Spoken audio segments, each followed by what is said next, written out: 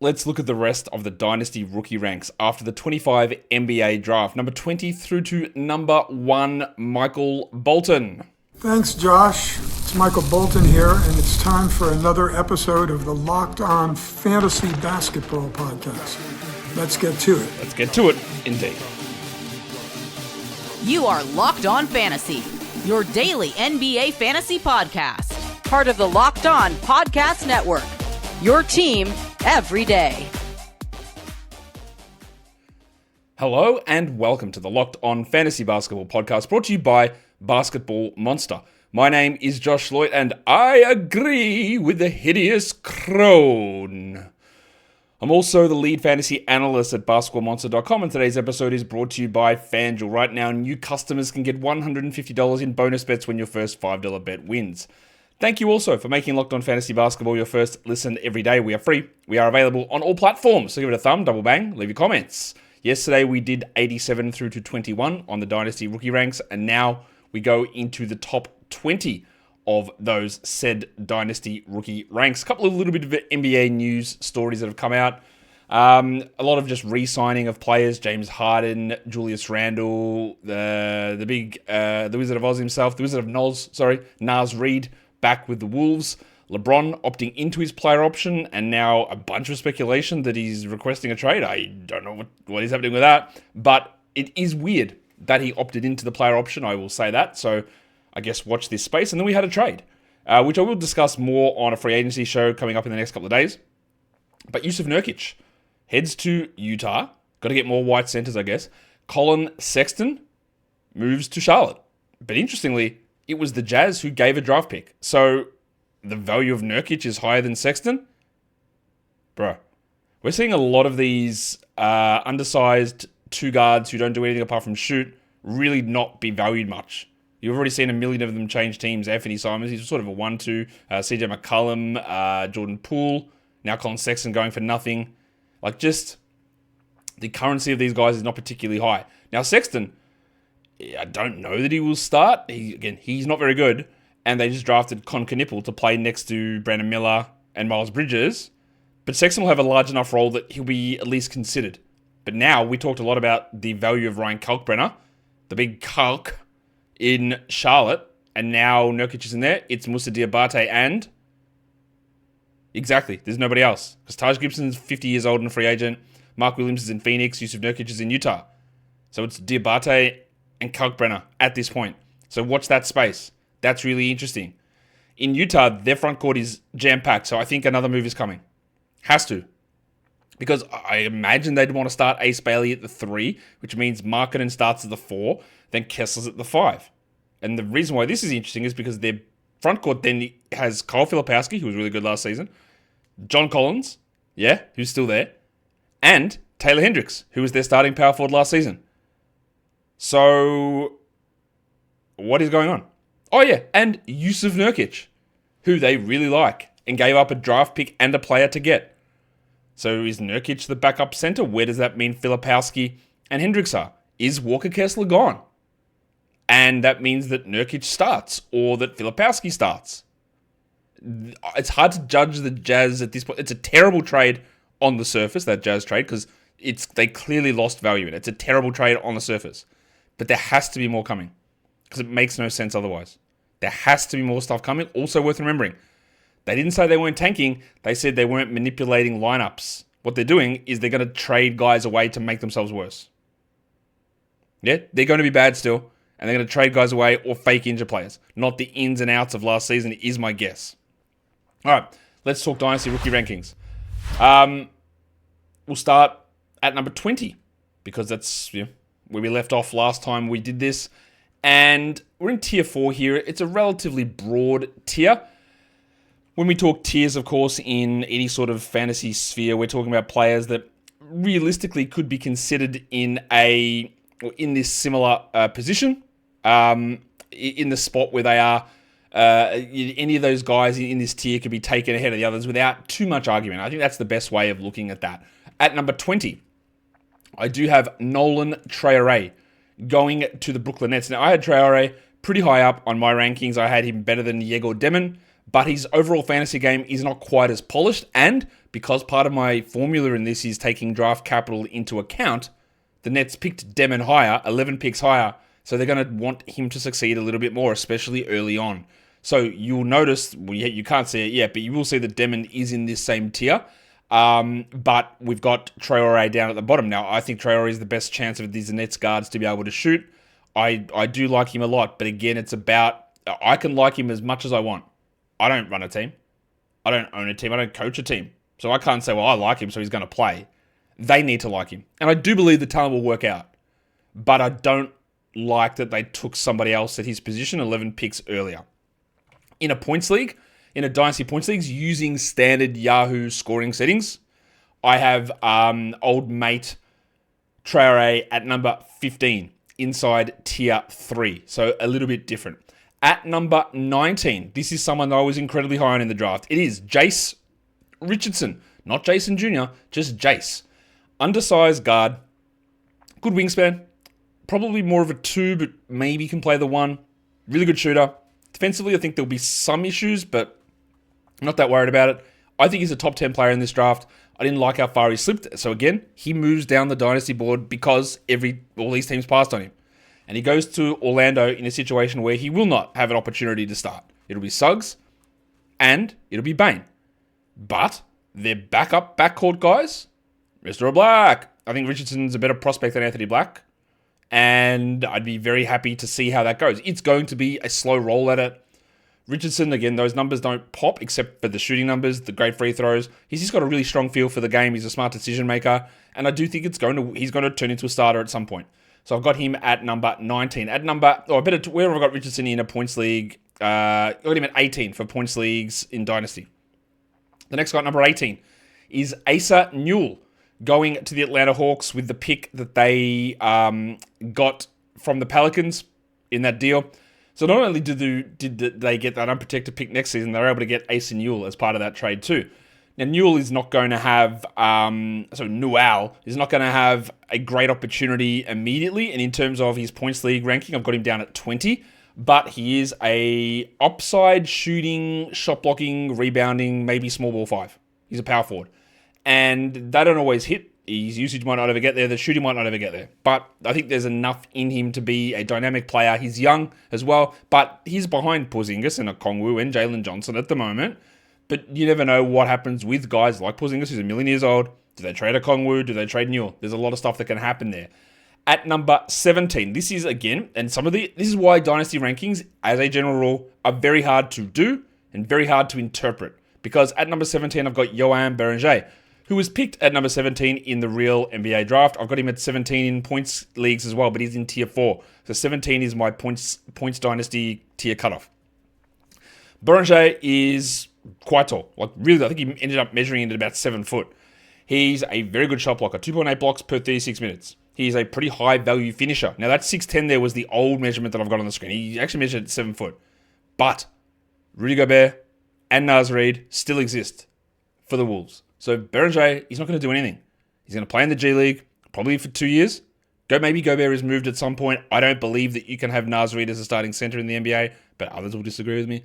Berenger could just be like a Rudy Gobert system replacement. Not going to be as good as the 4-time Defensive Player of the Year. That's an insane level to put someone at. But the same sort of skill style. It's just going to take time. And then when I come back to talking about the value of dynasty leagues, I can say that I like Berenger there. I like his long-term prospects. I like that a team got him in the middle of the first round. When initially he was like probably end of the first round. He seemed to move into this position. But waiting, and you're going to see one of these in the top 10 as well. Waiting for him to even get any playing time is going to take time. It's not going to happen this season. It probably won't happen the year after. So I could say I could take Berenger at 17, and you could look at the guy coming next at 16, Kasparas Yakuchonis, just to give a spoiler alert there. But Yakuchonis could be getting 20 minutes a night this season for the Heat. He might not be, but he could be. Very easily. And you might get small levels of production from Yakuchonis now, but I think in 4 years' time, you'll get more out of Berenger. It's just depending on how you want to value that. Because in this top 20, there are 2 clear guys, I think, that just aren't going to play really at all in the first year. Maybe 2 years. And that impacts how you view it and how you want to attack drafting these guys. So the last guy is Kasparas Yakuchonis. Davion Mitchell re-signed 2 years, 24 million. Terry Rozier is still there and a husk of a body. I don't know, he's not good anymore, very clearly. Rozier is not good either. Will Mitchell start alongside Hero? They didn't like to do it, even though they'd play Mitchell starters minutes. They could do that. Yakuchonis isn't going to be a starter immediately. I'm very sure of that. He's got a huge turnover problem. I worry a little bit about the shooting, but it's a point guard. And it's a point guard that could work out very easily. Defensively, we'll see how it goes. And shooting-wise, there could be some stuff there that there might be an issue. But I like Yakuchonis, and I think he'll get an opportunity at rotation minutes basically straight away. It won't be high rotation minutes, but it will be some rotation minutes. Today's episode is brought to you by FanDuel. With the summer sports all in full swing, it's baseball, it's under the lights, it's golf, it's soccer, whatever it is. FanDuel is the best way to make every game even more exciting. And when you're following along that action, you can use your knowledge and put it to the test with FanDuel. Get into the action with yourself, your thoughts, your knowledge, while your sons. Maybe it is your sons, but maybe it's your friends who are getting sunburnt at the beach. You can use FanDuel for same game parlays, player props, over-unders, spreads, all of that stuff, live in-game betting. It's easy to use, it's fast to pay out, and it really does put your knowledge to the test. So if you're new to FanDuel, new customers can now bet just $5 and get $150 in bonus bets if your first bet wins. Open the FanDuel app today or visit FanDuel.com to get started. All right, let's go into the next grouping, or the rest of Tier 4 actually. For these Dynasty rookie rankings. If we look at Yakuchonis actually from a Dynasty Points League perspective, I've got him at number 16, Bonnier at 17. So now at number 15 for my Dynasty Category League rankings is Cedric Coward. Now for Points Leagues, he's down at 19. Not sure what you know about Coward because it's hard to judge a lot of what he did. He played at lower level competition in Eastern Washington. He moved to Washington State last season and played 6 games. Okay. He's a little bit on the older side. He was going to transfer to Duke, and we saw some of these guys who sort of did well at these lower levels, went back to school, transferred to the higher programs, and then dropped off the radar. So I don't know what would have happened to Coward, but he averaged 19 points and 8 rebounds with 4 assists at Washington State per 36 minutes with almost 2 blocks and shot 40% from 3. But it's in under 200 total minutes. It's really hard to judge that. Now, if all of that stuff comes true, then wow, let's go. Right? That's amazing. In Memphis, maybe there is a chance for him to start. They do have Scottie Pippen, they do have Kentavious Caldwell-Pope and Ja Morant, and Jaren Jackson and Vince Williams and G.G. Jackson, but a lot of those guys, not including Ja and Jaren obviously, they're not great. Like, they're fine. Jalen Wells in that mix as well. Like, if Coward with his size is able to push into a role, that's useful. And there is a really interesting skill set here for Cedric. I'm just not convinced of it. I'm not convinced he was able to do it against the better level competition. I'm not convinced that he's going to be able to cut it in the NBA. I'm not convinced he's going to shoot this way. I'm definitely not convinced he's going to block shots like that. So I do have him a little bit lower than others do. At number 14, we go to Chicago, and that is Noah Essengay, who is incredibly young. Essengay is still 18. I believe he's the second youngest player in this draft class behind Cooper Flagg. And he is adept at drawing fouls. The defensive stuff from him is interesting. The passing, there's some flashes. The shooting is a work in progress. It is Chicago, so it's going to be pretty weird. They obviously just traded for Isaac Okoro for, I don't know, some reason. And him and Matas Buzelis, I guess, theoretically play the same position. I can see them being able to play together. And someone like Essengay's got a little bit more dribble juice, that sounds horrible, than Buzelis, who's a better defender and shot blocker. But I can see those guys working together. But for the time being, you've still got Patrick Williams there. You've still got Isaac Okoro. You've still got Giddey and White, even though Lonzo Ball is gone. You've still got Ayo Dosunmu, but more moves might be made there. I don't think Essengay is going to really have much of an impact immediately, but the long-term prospects for him are exciting. In points leagues, I've got him all the way up at number 9. Number 13 is Yegor Demon, who was that surprise number 8 pick in the draft. I've got him at 13 here in Tier 4. He goes to Brooklyn. The shooting is rough. Field goals, free throws, three-pointers. The assist numbers are great. That's what we really want, and I think he'll get first opportunity to be a starter. I think it could be really rough. I think it could be really Isaiah Collier-like.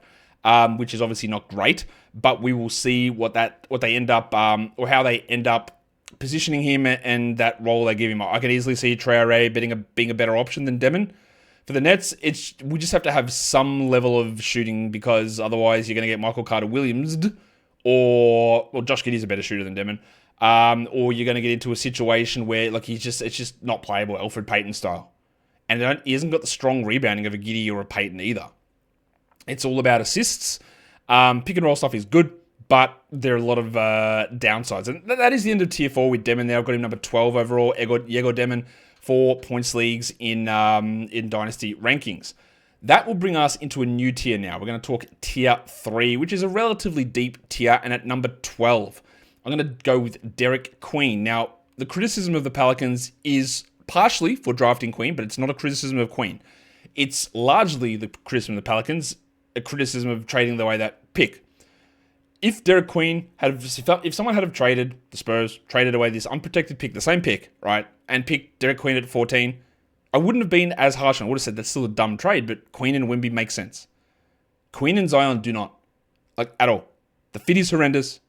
The asset cost is horrendous, and it's got nothing to do with Derik Queen as a player. I still think Derik Queen can be successful in certain roles. He can score. He can rebound.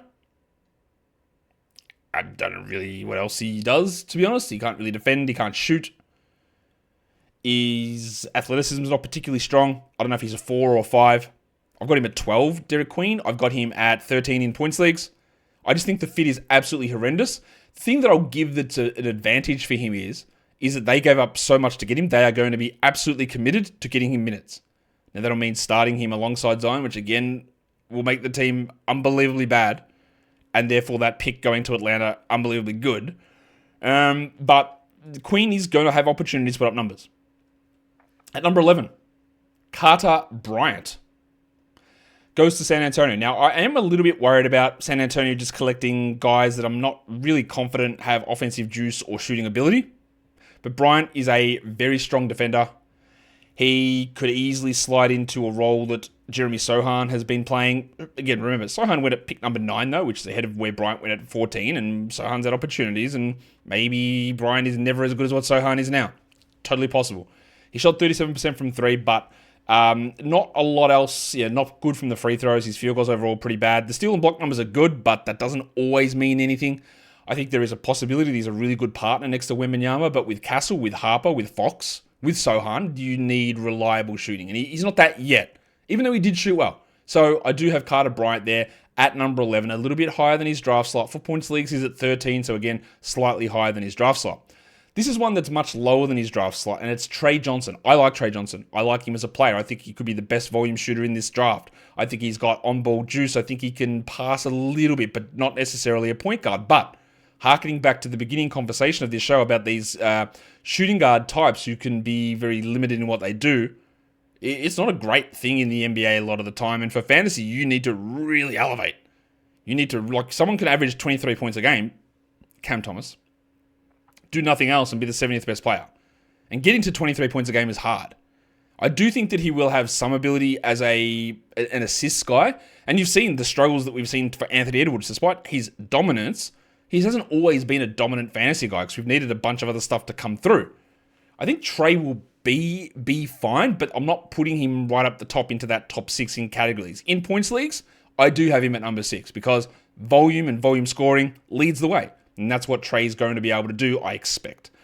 At number 9, it is the Pelicans' other pick, Jeremiah Fears, who will be possibly the worst player in the NBA this season, at least to begin the year. Maybe that improves later on. He's undersized. He cannot shoot. He cannot defend.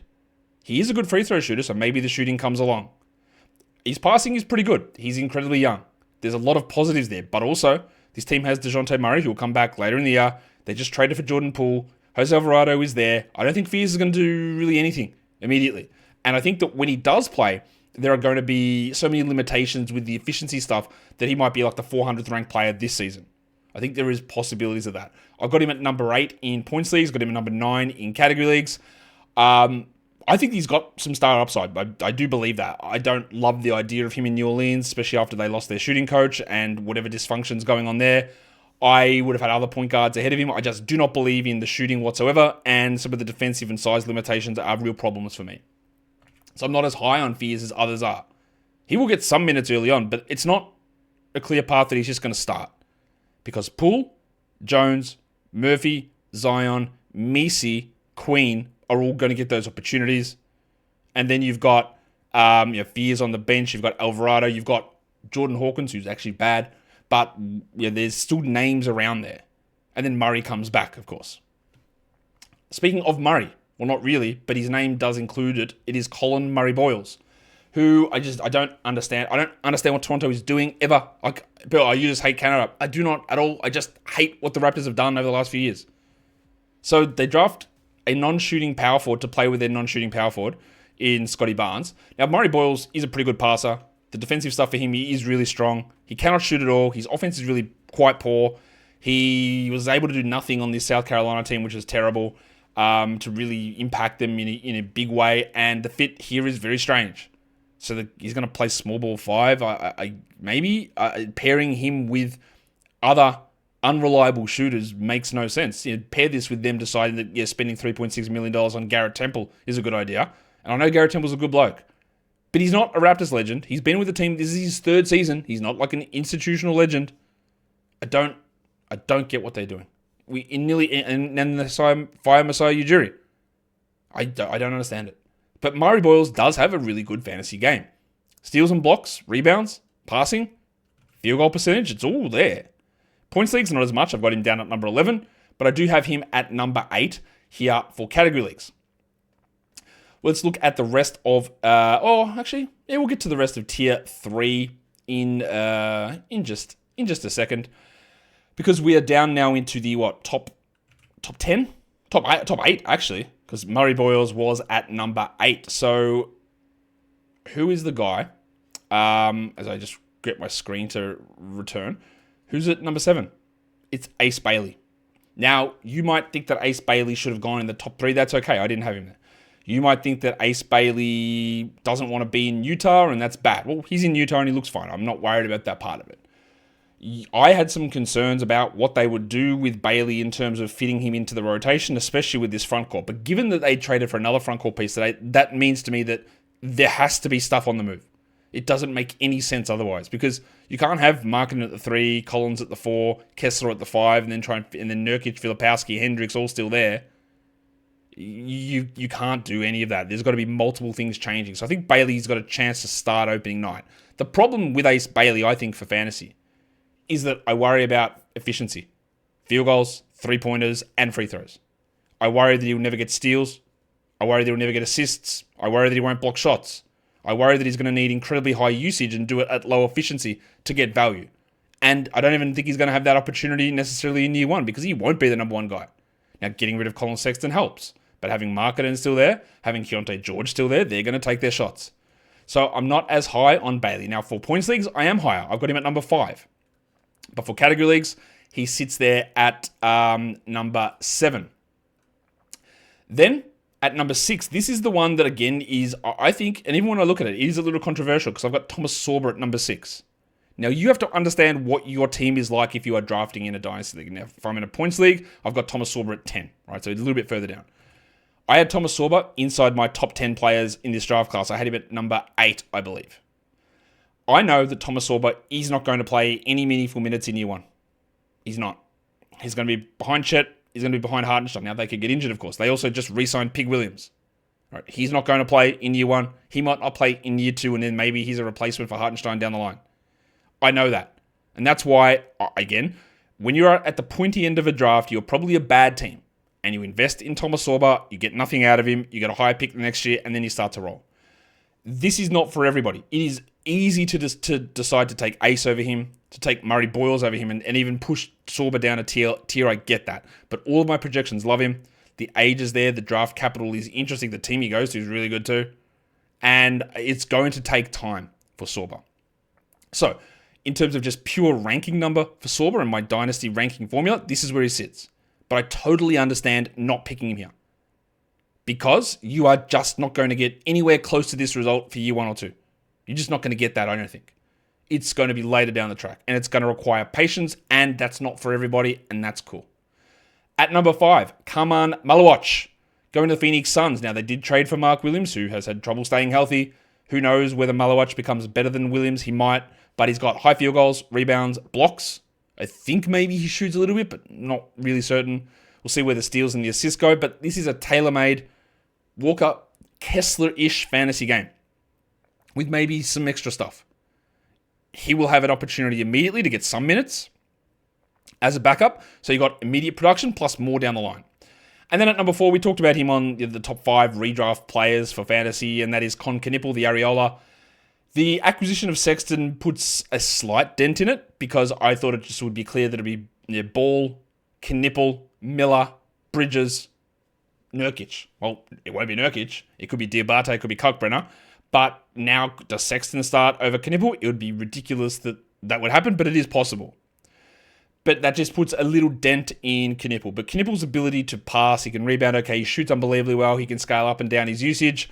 I really believe this is a guy that will make an all-star team and has an argument, or I had him 3rd overall on my board. His fantasy game's not quite as good as some of the others, but it's there. Now, I had him 4th in points league for Dynasty as well, same as I've got him for categories. Mullerwatch for points leagues I had at 7, and Sorber I had at 10, which I did already mention. Now we go to tier 2. So you know there's only 3 players left. That must mean that 3 players, 2 tiers, somebody is sharing a tier. I got VJ Edgecombe and Dylan Harper both in tier 2. Okay? Now that could be considered controversial. I understand that. I did not have them in the same tier from a real life perspective. I had Harper clearly in 2 and then Edgecombe in 3 with like 3 or 4 other players. In a points league, I've got Edgecombe at 3 as well, as I've got him in a category league. Part of the reason that I really like VJ Edgecombe from a category league dynasty perspective is the steal rate. It's insanely high. And that is such a great indicator for getting steals, but also being a very good player. Now, he's a little undersized as a 2-guard. He's not small, but he's a little undersized. The shooting is somewhat iffy. He's a solid 2-way player with upside, very clearly, but I don't think he's ever a point guard. He's a defensive 3-and-D higher usage guy, but even 24 usage is not particularly strong. But it's that steal rate with nice rebounds, with just a sprinkling of points, threes, assists mixed in there, strong block numbers, and okay percentages that make him this good, I think. Now, I don't know that I don't think he'll be a redraft player this season because you're going to have Tyrese Maxey, Jared McCain, Quentin Grimes, Kelly Oubre is back. Edgecombe is going to play, but 22, 23 minutes. He's not playing 30, I don't think. So it is going to be a little bit harder immediately, but eventually those minutes will carve out, and I think he'll be way better than McCain. So that pairing with Maxey will work. I've got Dylan Harper at number 2. And that's not controversial. Someone in one of my videos, I talked about Dylan Harper and his apparent value for this season. Said, there's no way he could start. He couldn't start over Steph Castle. I'm very confident that he will be better than Steph Castle very much immediately here. Again, I'm not big on Castle, but the idea that Castle's this untouchable piece that you have to work around because Dylan Harper's there is crazy to me. I think that they will try to start those guys together, but then you've got Devin Vassell in the mix. I have a high level of confidence that Harper is going to be a very good pairing with Wemby, much better than Castle, much better than what Fox will be in 3 years' time. His numbers here, though, can be a little concerning with the shooting. Steal numbers, fine. Rebounds and assists, not worried about those. Three-pointers, points and scoring volume, all pretty good. I love how he runs a team. He is the future of this team along with Wemby. Not Castle, not Fox, not Vassell, not Sohan. It's Harper, I think. So I've got no real problem putting him at number 2. I don't really see an argument for him not to be number 2 in a dynasty league for categories. Interestingly,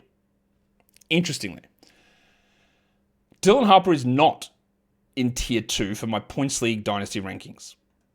He's in tier 1, and I did not expect that to be the case. Now, the tiering stuff is a little bit different. Flagg is still very clearly ahead, but given the gaps and the way that I've set my tiering up, he does move into that tier 1. So just be aware of that. I would still have zero hesitation. Flagg is number 1 very clearly. But Harper is just slightly ahead of Edgecombe, or more so ahead of Edgecombe in points leagues. That brings us to tier 1. Of course, it's Cooper Flagg. It couldn't be anybody else. And I've said this before, and I'll continue to say this. I'll go on record with saying this. This is a top 5 dynasty player for points leagues and category leagues, without any question. He will be a top 50 pick in redraft leagues, and he will have a fair chance to finish top 25. Don't think he will, but he'll have a chance to do it.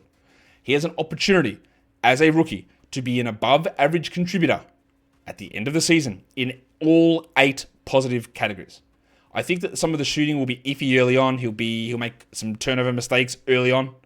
But he can score, hit threes, rebound, pass, steal, block, field goals, free throws. He can do it all. He won't do it all most likely.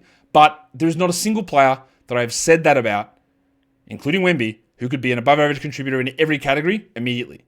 I don't think that Flagg will be, but I think he can be. And that is why he is so good. You could have, let's say peak Cooper Flagg, 27, 2.5 threes, 8 rebounds, 5 assists, 1.4 steals, 1.4 blocks, shooting 49, 83, 38. I think that is peak opportunity, and that's not even being outrageous, I don't think, which is an insane fantasy player. It's a ridiculous player. So don't overthink it in category leagues. Don't overthink it in points leagues. Don't make any silly decision. Cooper Flagg is your number one. He's your top 5 guy in a dynasty startup. He has a chance to be a top 25 guy year one. Very confident he'll be in the top 50 or 60, even though it'll be shaky early on. And it's not going to be very long before he's in a really good spot. Now, the Mavericks are a weird, crowded front court with their third-string center making $60 million, and Daniel Gafford, then Derek Lively, and Anthony Davis, and PJ Washington exists, and Najee Marshall is there. They have no guards whatsoever. Apparently, D'Angelo Russell's coming in. Klay Thompson is washed. Kyrie's injured. Flagg's going to be playing out of position. His position is the 4. He is a 4. All right, he's a 4, and Davis is a 5, and that's how they should be working. But they won't because, as Nico Harrison sits there and tells you, the fans need to get with the vision now. Maybe they can see what the vision is. My guy, the vision was not that you were picking Cooper Flagg. Your dumbass just lucked into it, so don't lie to people. Speaking of lying, Jason Kidd still is their coach. We'll see whether he remains that or not. And that, they are my Dynasty Rookie Rankings. I don't know what the next show will be, but there will be one. So stick around for it. Subscribe. That's the best way so you never miss what it's going to be. And I'll see you there. Guys, we are done here. Watch out for the Jazz. Thank you so much for listening, everyone. Should I do the Windhorse thing? See ya.